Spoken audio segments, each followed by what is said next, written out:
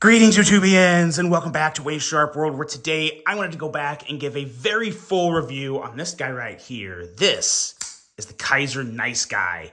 And for one main reason, and I'm just going to say it right now, I think this is the best sub 3-inch knife Kizer has ever made. I am in love with it. To me, it is everything I look for in a knife of this size. And in my opinion, just an absolute home run. Now, before we go any further into this review, let's take a look at some overall specs on this little knife right here. We have an overall length coming in at 6.68 inches, a blade length of 2.39 inches, and a blade thickness at a slightly thinner, very slicey 100 thousandths. We have Nitro V for the blade steel here, as you can see right there. We have a very nice drop point style blade with a lot of good belly. A very flat, slicey grind, a handle length coming in at 4.29 inches, and a handle material of Richlite. Now, keep in mind, there are a few other options that we'll talk about as well. You can also get this guy in G10, carbon fiber laminate, and aluminum.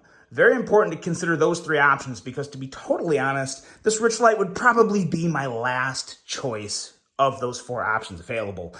We have a liner lock locking mechanism, a user of a left or right hand tip up carry, a weight coming in at a nice and rather light 2.5 ounces, designed by Azo. And then when it comes to the price, you can, there's three different price options here. The version you see right before you is $39, which is very nice and affordable. Actually, for $39, even with the Richlite, it's a phenomenal offer. And then for the G10 or carbon fiber laminate, you are looking at $49, or if you want to go with the aluminum version, that's going to run you a whopping $59. So either way, any version you want, you're looking at $59 or less, which is a phenomenal offering for a knife that I enjoy this much personally. And I'm going to tell you guys why I enjoy it and just why I really do think it's just, it has quite easily become my favorite Kizer knife under 3 inches.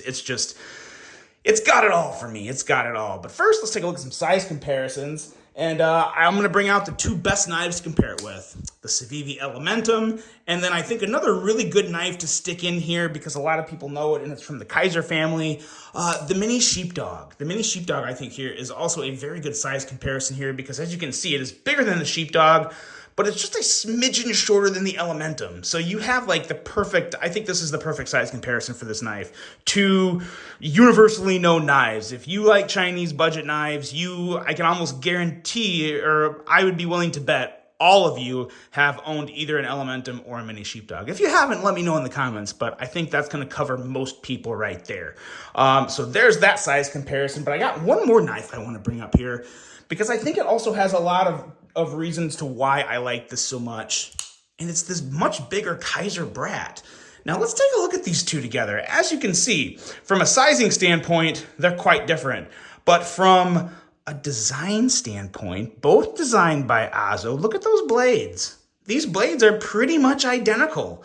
The big difference is the finger choil, but again, when you look at the actual blade profiles, this is basically a mini Brat blade. It really is. And I love that because I love the Brat. Now, obviously, the two massive differences here is the size difference as well as the lock difference. You have a liner lock on the Nice Guy and you have the button lock on the Brat. And of course, another big difference is the Brat is integral and the Nice Guy here is just not. It's just your typical regular build. So some massive differences, but also some very striking similarities here between these two knives. And I gotta say, I love them both. But when it comes to just obviously price is a pretty big difference. I think this is like $90, I believe, $90 or $100. And, you know, this is coming in at $39 to $59. I just really, really love how this feels in my hand. This choil here really makes it for me. But I just really wanted to note this is definitely these two knives, while they're from the same designer, they also are just kind of in that same family. Like just the same family of of Kizer knives. Like it's like big brother and little brother almost. Just very similar, very different. I'm gonna just get myself. I kind of cornered myself into not knowing what to say there because they were so similar. I didn't know where to go. So let's get back into the review and talk about the Brat, starting with the blade as we always do. And this is just an amazing blade. Really does remind me of an Elementum blade, with the exception of this is a flat grind compared to the hollow grind you'll find on the Elementum. But it just feels so good in hand. The jimping right here is fantastic for my thumb. And then they also kind of took a page out of like a Giant Mouse book and put jimping up towards the tip, which I love because now you can put your middle finger on the choil area, kind of put your thumb up here close by, and you have just a very nice grip for draw cuts or any type of little detail work. This feels great, and the jimping is so effective. It's so effective, yet it's not abrasive. It's not going to scratch or get any real unpleasant feelings on your fingers. So they did a great job on the blade. One, it's a beautiful blade, and two, it just works in every grip position you want to get on it. So very nice job there. And then the handle is just very clean. I really love the actual profile of the handle. It doesn't get too weird looking up where the choil is, which handles can do sometimes. Has a nice little curvature there and a very minimal swell towards the bottom. But it feels really good, and worth noting, I can get a 4-finger grip even if I don't use the choil. Now, this knife is so comfortable with the choil, I'm always going to be using the choil here. Like, this is the grip for this knife. It feels amazing. And it's just extremely comfortable. They did a really nice job of chamfering the sides here, so while the handle is not contoured, it is very comfortable in hand. You have a deep carry clip, which is truly deep carry. You're not going to see much of the knife at all, maybe about that much if you have it in the pocket. So a good job there. And then the liner lock. I'm so happy to see a liner lock on this knife. For one, the detent is perfect. I mean, this detent is so crisp, and since it's a smaller blade and just smaller build in general, very easy to just push in, and that blade rockets out. It is so fidgety, so satisfying.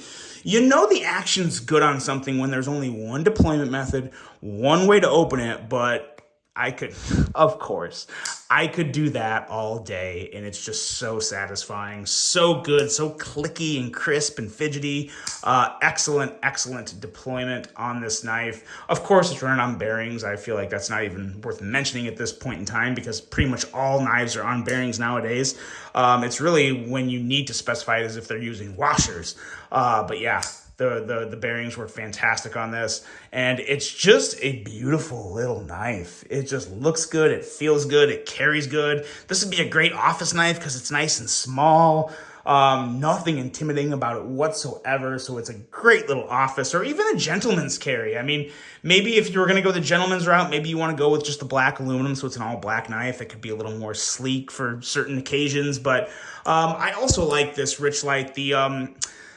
The appearance of the Richlite is what I like. It kind of has almost like a stone look to it. And I think this maroon color, again, it's a more just kind of casual, modern color. It's nothing too bright or dramatic or, eye-catching.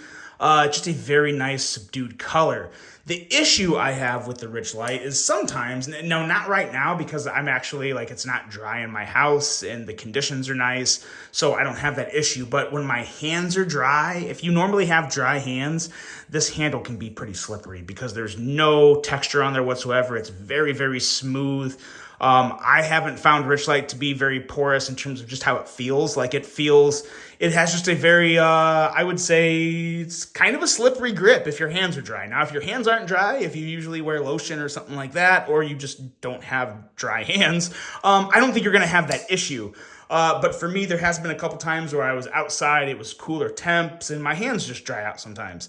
So I found the handle to be a little slippery then. But on the bright side, with the carbon fiber laminate or the G10, there's much more of a texture there. And I've also found Kizer's aluminum to be nice and I wouldn't say grippy, but have a nice finish or feel on the handle to where I don't find it to be slippery. So that is why I personally would go with either the G10, the carbon fiber laminate, or the aluminum over the Richlite. But again, if you've handled Kizer's Richlite before and you haven't found it to be slippery, then by all means, don't hesitate going for this version, because this is the only version I have of it, and I still love it. Like I said, I do still, even with the Richlite, I think this is the best Kizer sub 3-inch knife they've ever made. So I love it. It's kind of everything I look for in a small knife.